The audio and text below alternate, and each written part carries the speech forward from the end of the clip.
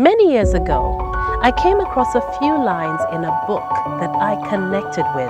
They were, "It's easy to judge, but you never know another person's heart, what gives them strength and what breaks them down." I have learned to listen more and speak less.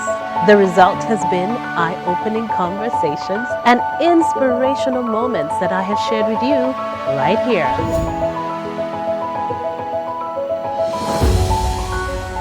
Hello and welcome to Crystal One-on-One. We are at Le Chateau Brasserie Belge at Quality Hill Boutique Mall, and we're already in it. We've been chatting for a minute. I'd like to welcome Mujuni Raymond, an investigative journalist, to the show.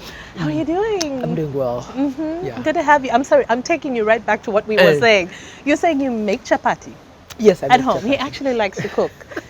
You make chapati? I make chapati at home. How long have you been, is this like something you learned when you were really young? Yeah, when we were kids, our mother used to huddle us around. It was one of the things that we used to do as children, as contribution to the house, because we didn't have money, so we're not contributing anything to the house besides washing dad's cars, polishing his shoes. You just said and something very important, by the way. Yes. Children need to contribute something. Yeah, I should tell you a funny story. So we'd sit down around, we'd figure out what we're going to eat and say, okay, what do you want to eat? So everyone would contribute, say, today I think we should eat chicken. I think we should eat fish. Okay. Then our dad would pull out a 1K note and say, this is my contribution. So are we eating fish, beans, chicken? What will it be? Okay. Yeah. So we learned early enough not to make rules where we don't have money. Okay. Yeah, but also was a paying endeavor. Okay. She'd pay us for it. So we learned. That's good. That's But really also, good. the other added advantage was, if you knew how to make the dough, then you'd make daddies to go back with to school. So you The could more make daddies you could make, the better, chapatis. yeah. Did you ever try and make a venture out of it and sell a few at school? No, it not was at just for you, all. Not at all. for your grub. Not at all. My sister is the more entrepreneurial one of all of us. Okay. Myself, not so much. Yeah, so she's tried a couple of things with food, not us. As boys, nah. No? But still, I much respect, because I know chapati, much as some people do it easily, it's actually like a fine art.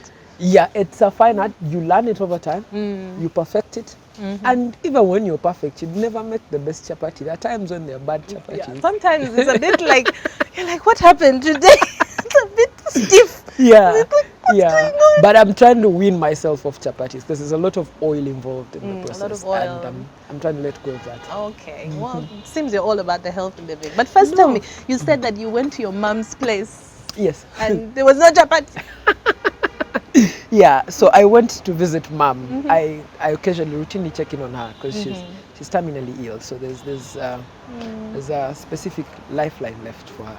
So I always check in on her. So I went to check in on her, and I always go early because chapati making, bonding process, You spend time together, food you making, talk. cutting vegetables and stuff. Yeah. It's a bonding process. Then I get home and there's this new innovation where they just pull out of wrapping paper and throw on the. Yeah, you just burn the I fire, just right? found it odd. I was like, no, mom, no, we're not doing this. No, no, but You felt cheated. I felt cheated. Yeah, my bonding moment was taken away from me. Such a painful thing. But yeah, whoever makes those chapatis, I really pray that you're successful.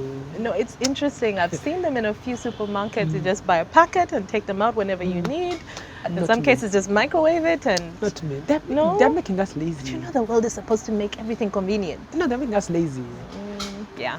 Yeah, the Yeah. dough making process is just beautiful. It's a beautiful. skill, huh? It's a proper skill. All of that. And throwing it around with your siblings. It's also a bonding process. Now we're getting to it.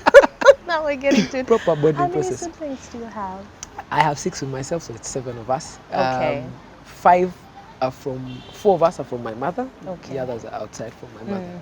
Yeah. Okay. And they are the much older ones. So my mom was the last wife to my dad. Okay. Yeah.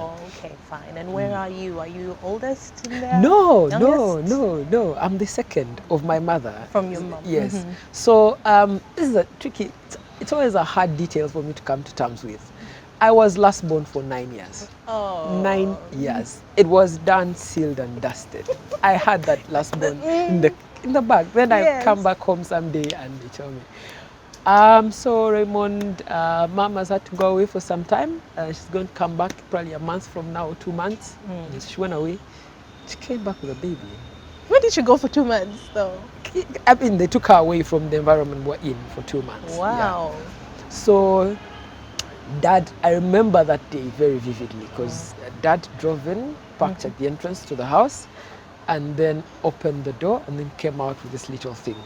Because our house was a transit center, many relatives always came around. I was like, okay, this is strange. Well, new relative, but they're young. Yeah. And then they introduced them to us. They're like, okay, you now have a sister. And your sister, you have a chance to name her. Oh. Like, okay. I still come into terms with the idea that I'm no longer last born. Yes, it's a special place. I was a last born. I am a last born. Yeah, but I was very happy to see that. I was very happy to see that I now have someone to play with because my other siblings are much older than I am. And the one who's a year between me and her is very detached. They're not as bubbly and lively as I'd like them to be, or as I'd wanted them to be at that time. Okay. Yeah, so I was happy to welcome a sister, but very sad to lose the last born position. Okay. Yeah, so she was also last born for 4 years, and then a boy happened. And then, yeah. So her place was taken. Yeah, plus the second. So the boy dies the last. Isn't that life though, eh? Yeah, that's life. It's a lesson that's in life. life. That's life. Because I remember sometime I asked Mom, why did you have 2 other kids after me?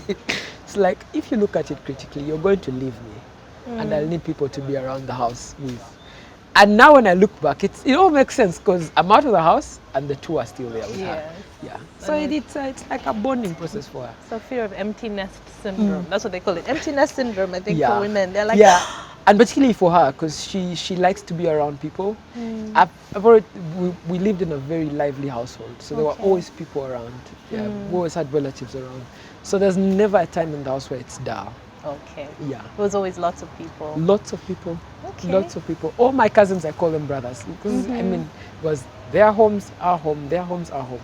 Yeah. So it seems like family time for you is very important, though.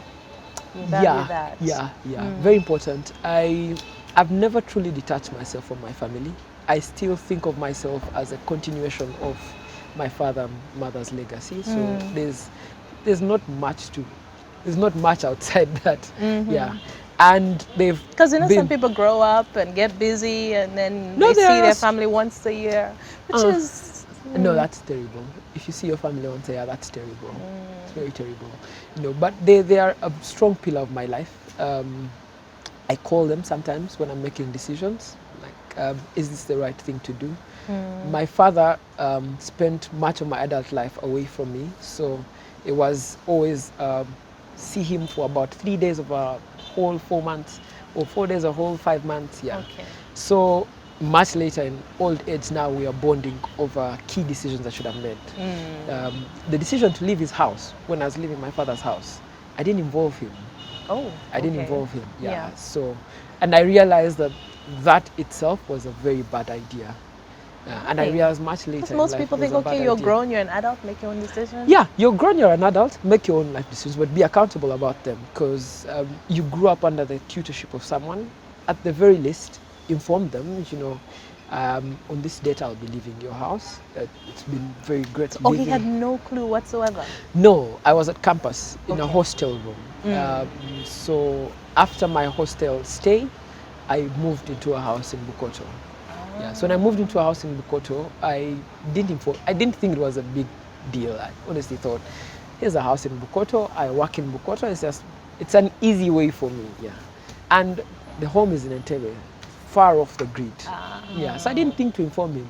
So I think about 4 weeks into my stay alone, he called, he's like, campus is done, hostel seemingly is done too, you haven't come home.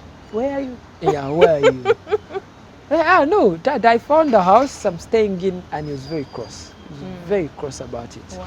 Yeah, so he didn't see me actually. He never saw that. The first house I stayed in, he never saw it. Never came by.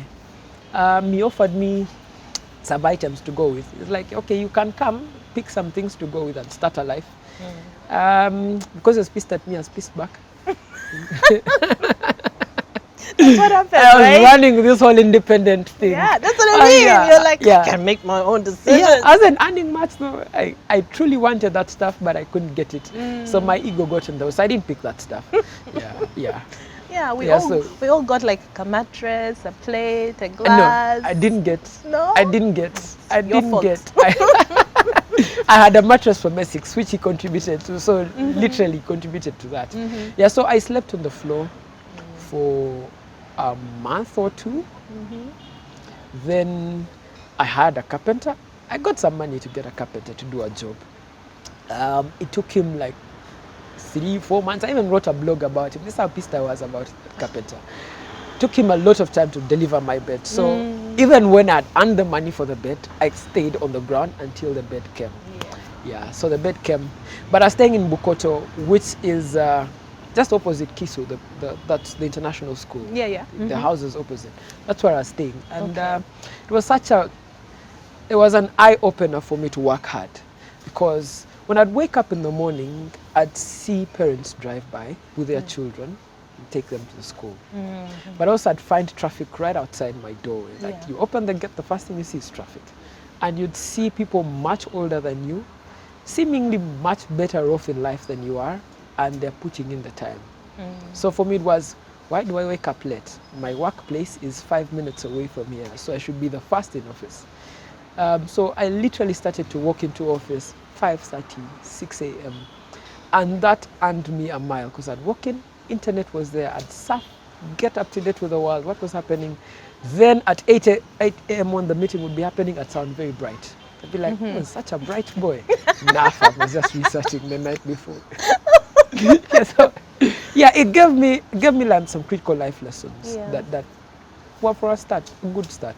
It's nice that you saw it that way, because a lot of people do look at it as, I'm just 5 minutes away. So, and the funny thing is, the people who work closest, who live closest to the workplace, even schools, are the ones who are always late. I've seen it. Because, this is the thing, when you're near the office, you're like, if I sleep 5 more minutes, I have 30 minutes to get to office. If I sleep 5 more minutes, 25. Sleep another 5, 20. Let's just sleep another 5, it's just here 15, 10. Then it's 5 minutes. Then you're waking up and it's 2 minutes. Then you're trying to shower, you're 10 minutes late. Then you walk into office 30 minutes late. Bad culture. Okay. Bad culture. When we were talking earlier, you were saying like you're not really a TV person per se, but you do a lot of reading and it's very structured time for you. And I was like, And then you said your dad was a soldier, right? Yes, Okay, so that means, you said, was it in the early years of your life your dad wasn't around much? Yeah, he wasn't around much. So you'd have to trace it all the way from my great-great-grandfather. So my great-great-grandfather, Ndahura. Okay, we've got great-great. Yeah, we've sat down as family. That's the one thing that our father makes sure he does. Teach us about the people that came before us. So that when you meet challenges in life, you're not the first. Yeah, so our great-great-great-grandfather, Ndahura, was a fighter in the World War I. In 1911, white people settled in Fort Portal. They wanted Toro Kingdom to be administrative of all the other regions. So my great-great-grandfather was one of the clan leaders then. So they took him on to fight. And also the incentives were, get an education, see how the world looks like. He never came back. Yeah, so he had 2 sons. So those 2 sons gave birth to my great-grandfather, and then my great-grandfather gave birth to my father. Yeah, but so from my great-grandfather, they were typically UPC die-hard political people. Yeah. Then my grandfather didn't like that. He didn't fancy that kind of life. He was pretty much a civilian all his life. He liked to work with steel. He was an engineer and did some work with the railways. And then my father happened. So he gave birth to 3 children. My father, an uncle, and an auntie. Yeah. So much later in life, the railway broke down. So he was out of a job.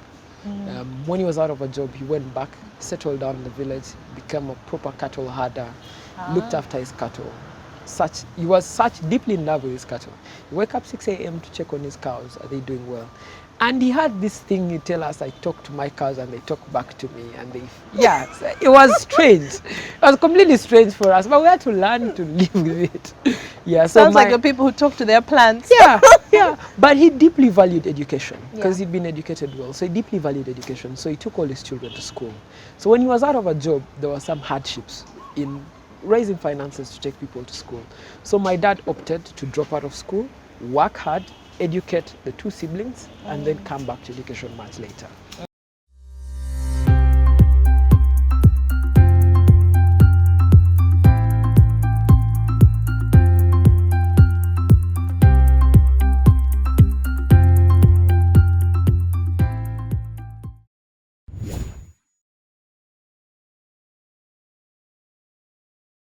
Yeah, so it was strange. It was completely strange for us, but we had to learn to live with it. Yeah, so Sounds like the people who talk to their plants. yeah, yeah. But he deeply valued education because Yeah. he'd been educated well. So he deeply valued education. So he took all his children to school.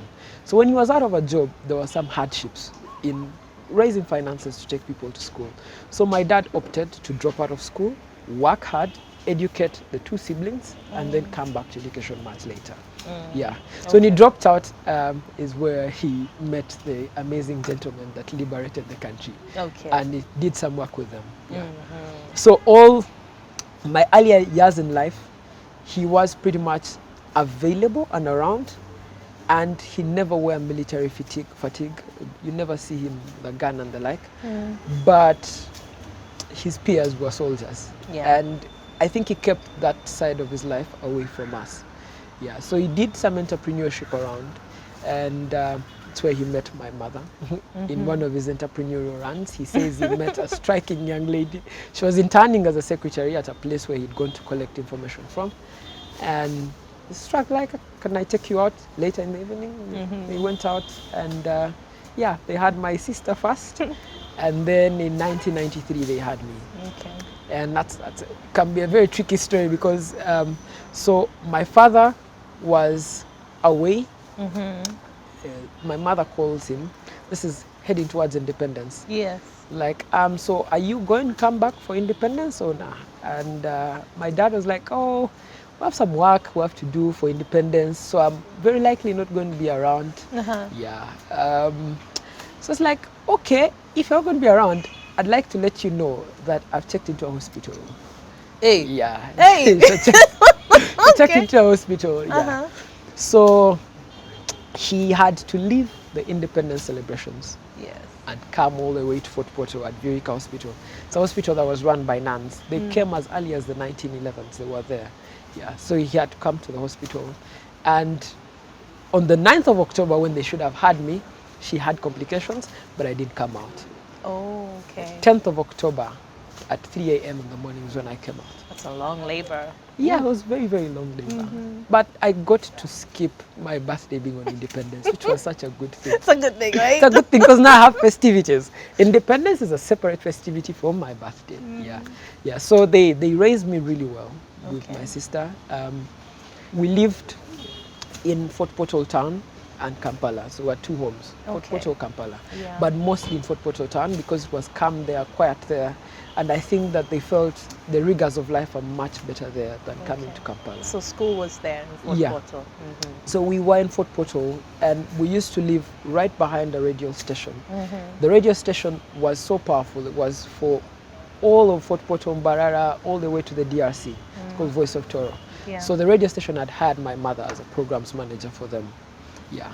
So and my dad had a home at the back of the radio station by virtue of being an intelligence officer. So much intelligence used to be traded around the radio station. Yeah. So I had an early start where we'd see people you'd call influential because the radio station lobby was a dangerous place to be at.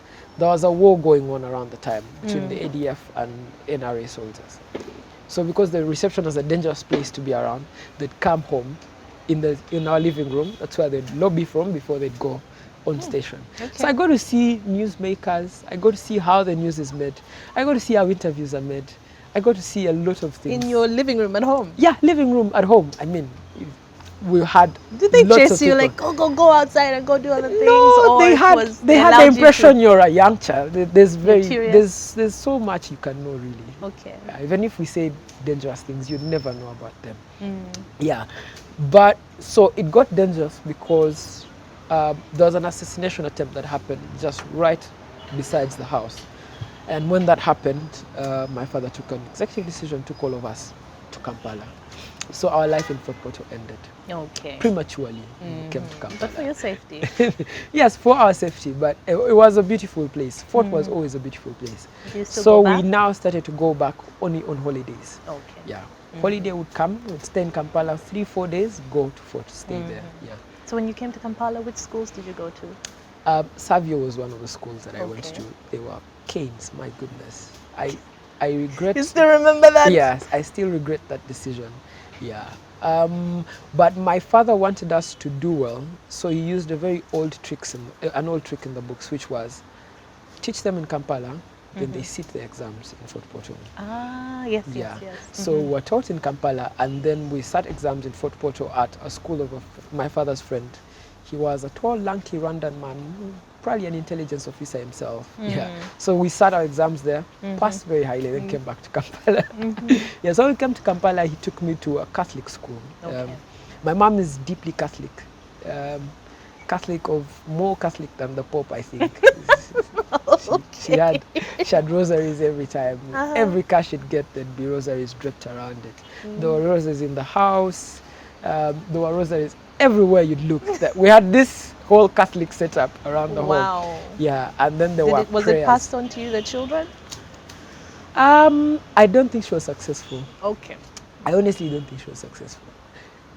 We got deepened in faith, we didn't get deep in religion. Yeah. Because you get the feeling, yeah, we understand the religion, but no, we don't want to be inside the religion itself. Yeah, so it was a tricky balance for us around that time. Yeah, so I went to Nagalama. My sister was in Nabingo. Okay. My brother was in Kira College, Butiki. Yeah. So just figure out how the term would end. Okay. They'd go to the one in Zinza first, then they come for the one in Nabingo next, then they'd come for me in Mukono. I'd be the last they pick at 4 p.m. when everyone's gone home. You're all by yourself. Yeah, you're all by yourself. Yeah, you make some friends around with the patience. Yeah, but the beauty of it all is that I'd get to the car when they've all caught up with themselves.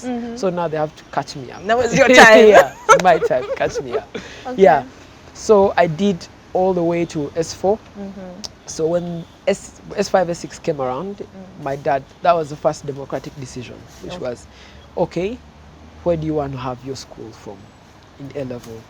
And I presented an array of options. I'd done pretty well. I'd applied to many schools, gotten in very well. So I had an array of options, and he said, okay, which school would you want? I will pay whichever school you choose.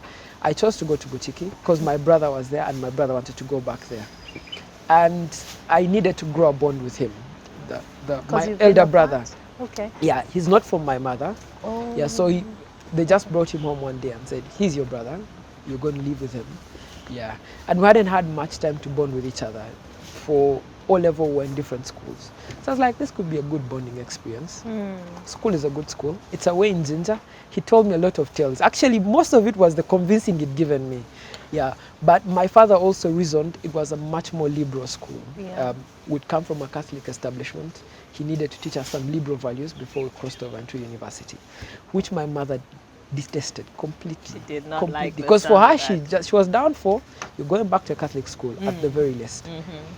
Yeah, so I got to Butiki, and was it as promised? An eye-opener. Okay. It's a public school.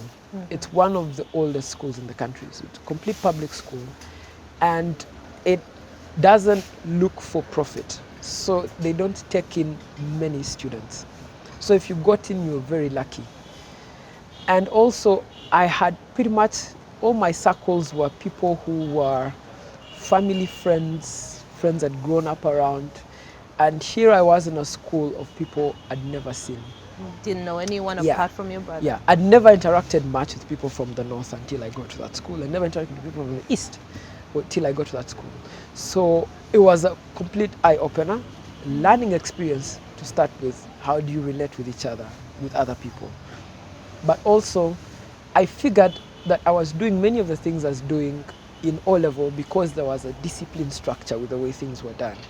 Here was a school which said the only rule is sit and pass your exams. Attendance of class, we don't worry about that. Whether you're in school or not, that's your bother. You have money or not, that's your bother. Complete. You don't have to wear a uniform. If you have, wear your khaki pants anytime you want, please. So it was an eye-opener.